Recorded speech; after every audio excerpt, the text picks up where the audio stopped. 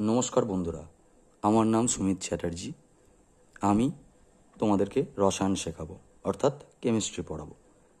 West Bengal বোর্ডের syllabus অনুযায়ী class 9, 10, 11 এবং 12-এর আমরা পড়ব। রেগুলারলি তোমরা ক্লাসটাকে ফলো করো এবং চ্যানেলটাকে সাপোর্ট করে দিও, সাবস্ক্রাইব করে দিও। তো চলো পড়াশোনা স্টার্ট করা যাক।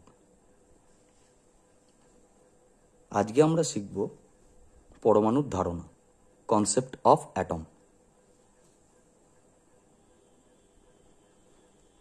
যদি আমি এইটাকে একটা পরমাণু ধরে নিই,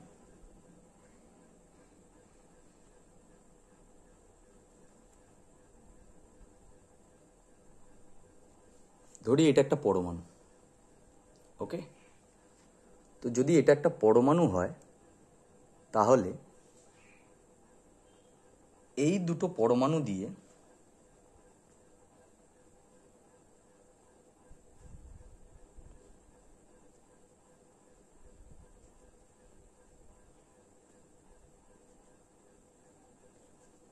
তৈরি হচ্ছে একটা অণু।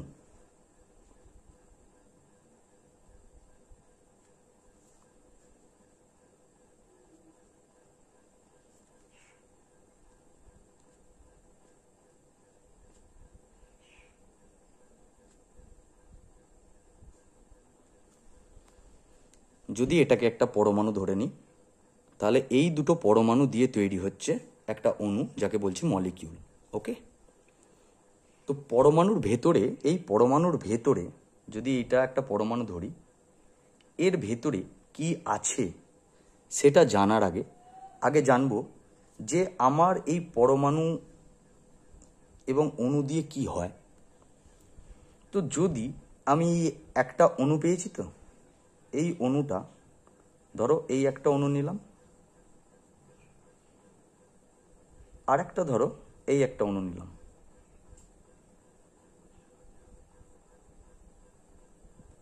তাহলে এই দুটো অণু মিলিয়ে তৈরি হবে একটা মৌল বা যৌগ। মৌল বা যৌগ কেন? কারণ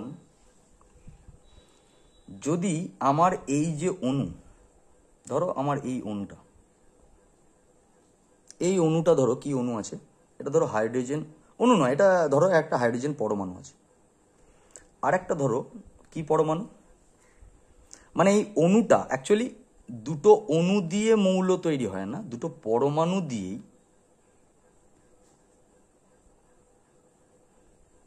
যে অণুটা তৈরি হয়, সেই অণু দিয়েই তৈরি হয় মৌল এবং যৌগ, ওকে?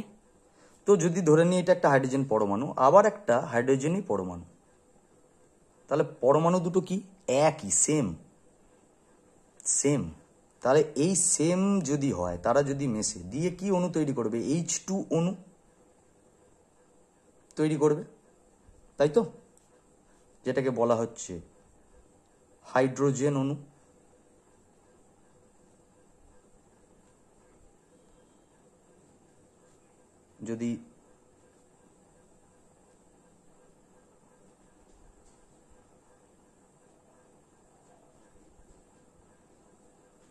যদি এই হাইড্রোজেন অণু দ্বারা যদি একটা যৌগ তৈরি হয়, যৌগ মানে বুঝতে পারছো, ধরো হাইড্রোজেন গ্যাস, তাহলে এটা যৌগ না মৌল কি করে বুঝবো? না, যদি একই পরমাণু দ্বারা তৈরি হয়, যেটা সেই হাইড্রোজেন অণু দ্বারা যে মৌলটা তৈরি হচ্ছে, ধরো এই মৌলটা তৈরি হয়েছে, সেটা একই পরমাণু দ্বারা সৃষ্ট অণু দ্বারা এই মৌলটা তৈরি হয়েছে, মানে এই এই এই জিনিসটা তৈরি হয়েছে, হাইড্রোজেন গ্যাসটা, ধরো H2 গ্যাস, যেটা আমি বাস্তবে দেখতে পাচ্ছি। এগুলো তো সবই কাল্পনিক ধরো, কিন্তু এটা আমি বাস্তবে দেখতে পাচ্ছি, প্রকৃতিতে বিরাজমান। তো এই হাইড্রোজেন অণু দ্বারা এই H2 গ্যাসটা তৈরি হচ্ছে, তাহলে এখানে হাইড্রোজেন অণু আছে, তাহলে নিশ্চয়ই হাইড্রোজেন অণু দ্বারাই এই গ্যাসটা তৈরি। তাহলে হাইড্রোজেন অণু দ্বারা, যখন এই হাইড্রোজেন অণুটাই তো এইচ পরমাণু আর এইচ পরমাণু দ্বারা হাইড্রোজেন অণু তৈরি হয়েছে, তাই এটা কি? তাই এটা যৌগ নয়, এটা মৌল। মনে থাকবে। এবার যদি আমি ধরি যে তাহলে এইটা একটা কি না একটা হাইড্রোজেন অণু, এই হাইড্রোজেন পরমাণু, আর একটা কি না এইটা একটা ক্লোরিন পরমাণু। তাহলে এদের দুজনের মিশ্রিত হয়েছে, এটা হাইড্রোজেন এটা ক্লোরিন, এক নয়। তাহলে এদের অণু যেটা তৈরি হয়েছে সেটা কি? সেটা কি তৈরি হয়েছে? সেটা HCl। এটা কি তাহলে? এটা হবে যৌগ। এই HCl অণু দ্বারাই তো, এইটা যদি এই HCl হাইড্রোক্লোরিক HCl যৌগ, বা এটাকে যদি আমি হাইড্রোক্লোরিক অ্যাসিড বলি, এর নাম হচ্ছে কি? HCl এর নাম কি? Hydrochloric acid. এই নামকরণগুলো আমরা সবই শিখব আস্তে আস্তে। আগে পরমাণু সম্পর্কে, মৌল সম্পর্কে, অণু সম্পর্কে, যৌগ সম্পর্কে আগে ধারণাটা নিয়ে নিই, তাই তো? তো যখনই আমি দেখব যে এই হাইড্রোক্লোরিক অ্যাসিড, যেটা হাইড্রোজেন ক্লোরাইড যে যৌগটা বা হাইড্রোক্লোরিক যে যৌগটা, এই যৌগটা কি দিয়ে তৈরি হয়েছে না HCl অণু দ্বারা তৈরি হয়েছে। HCl অণু, সবই তো HCl অণু, তাই তো HCl যৌগ বলছি এটাকে। এবার HCl বলছি, তাই তো? এবার HCl যৌগ কেন বলছি? ওয়াই যৌগ, এটা মৌল হয়ে গেল, বুঝলাম যে এই হাইড্রোজেন আর হাইড্রোজেন পরমাণু দ্বারা যে অণুটা তৈরি হয়েছে সেটা দ্বারা যে মৌলটা গঠন হয়েছে, তাই এটাকে মৌল বলছি নাকি যৌগ। কিন্তু এটাকে কেন যৌগ বলছি? কারণ দুটো পরমাণুই আলাদা আলাদা আলাদা পরমাণু দ্বারা সৃষ্ট হলে কি তৈরি হবে? যৌগ। যদি একই পরমাণু দ্বারা সৃষ্ট হয় তাহলে মৌল, যদি আলাদা আলাদা পরমাণু দ্বারা সৃষ্ট হয় তাহলে যৌগ। ক্লিয়ার? মাথায় ঢুকেছে? যেমন জল একটি যৌগ, তাই তো? জল যৌগ না মৌল? যৌগ। যদি আমি ক্যালসিয়াম কার্বনেট ধরি CaCO3, যৌগ না মৌল? যৌগ। ক্লিয়ার?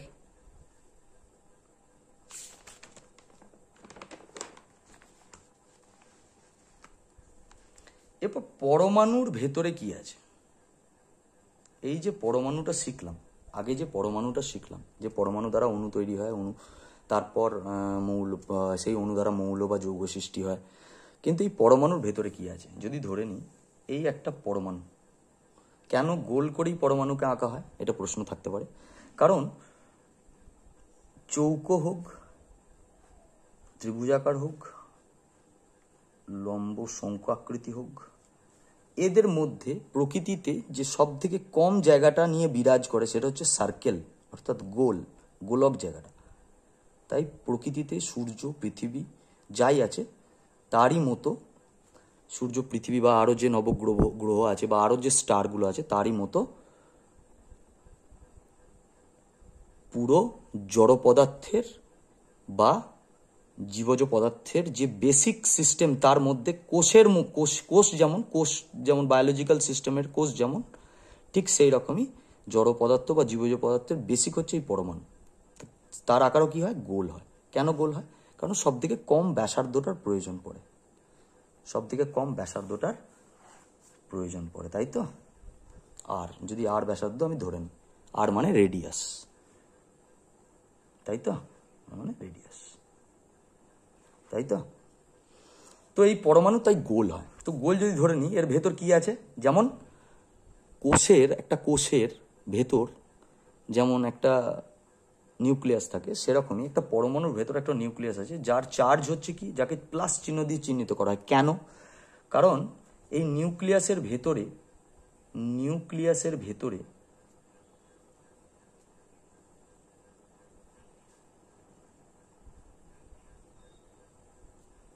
প্রোটন থাকে, প্রোটন ও নিউট্রন থাকে,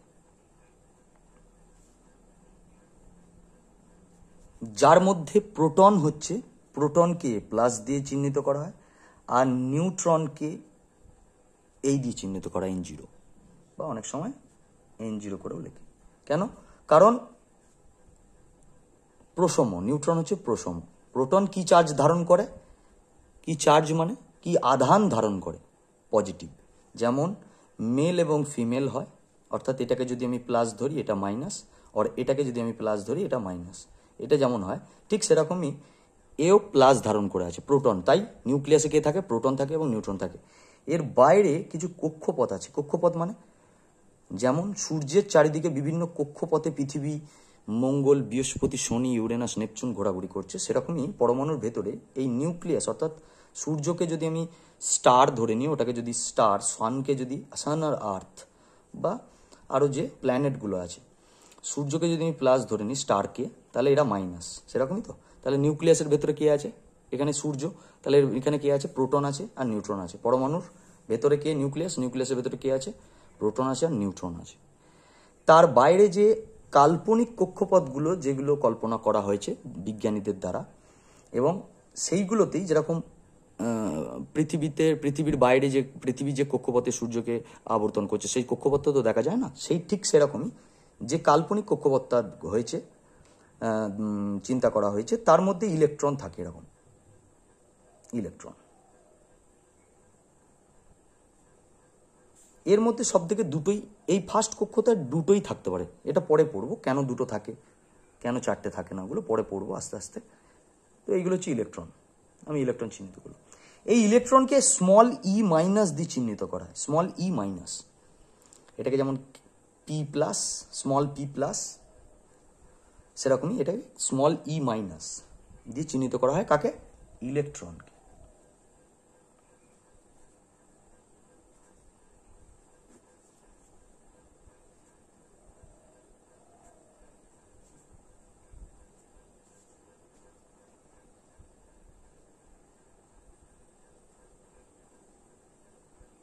ইলেকট্রনকে চিহ্নিত করা হয় ই মাইনাস দিয়ে, ঠিক আছে?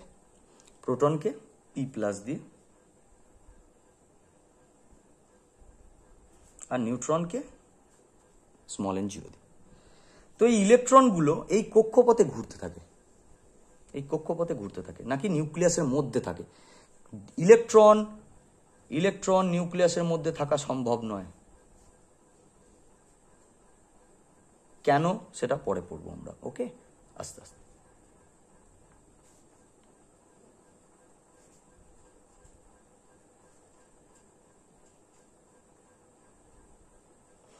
তো এটা ঠিক আছে।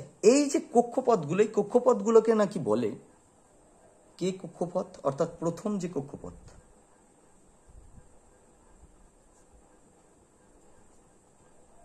আমাদের যেমন সূর্যের চারিদিকে বাইরে ঠিক প্রথম কক্ষপথেই বুধ অবস্থান করে, ঠিক সেরকমই নিউক্লিয়াসের বাইরে প্রথম কক্ষপথে, তার নাম হচ্ছে কে।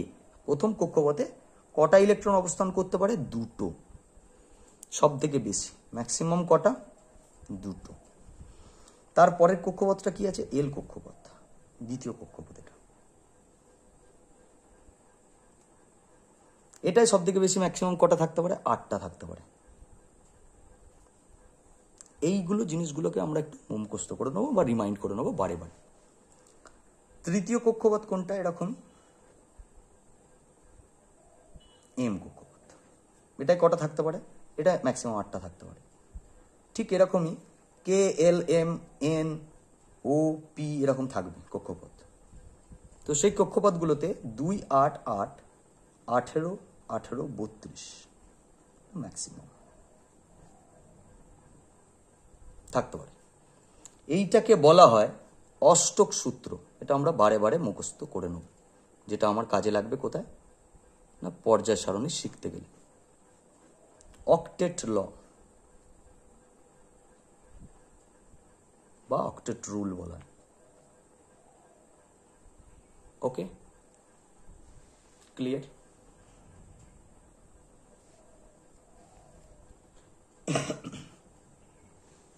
তাহলে ইলেকট্রন হচ্ছে নেগেটিভ আধান বিশিষ্ট বা ঋণাত্মক আধান বিশিষ্ট, নেগেটিভ চার্জ বিশিষ্ট, এবং প্রোটন হচ্ছে পজিটিভ চার্জগ্রস্ত, এবং নিউট্রন প্রসম, অর্থাৎ নিউট্রনের কোনো আধান নেই। ঠিক আছে, এটা আমরা শিখি। এতটা পর্যন্ত আমাদের পরমাণুর ধারণাতে কাজে লাগবে, যেটা পরমাণুর ধারণা কাজে লাগবে, যেটা ক্লাস 9 এবং 10th জন্য।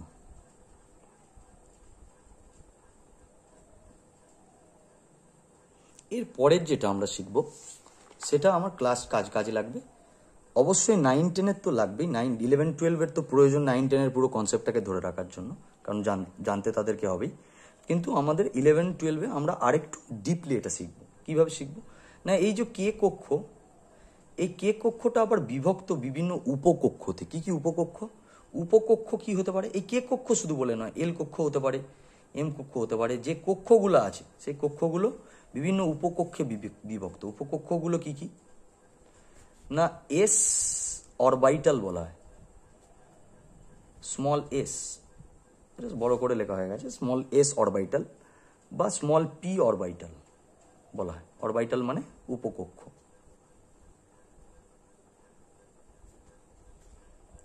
এস পি স্মল ডি আর এফ।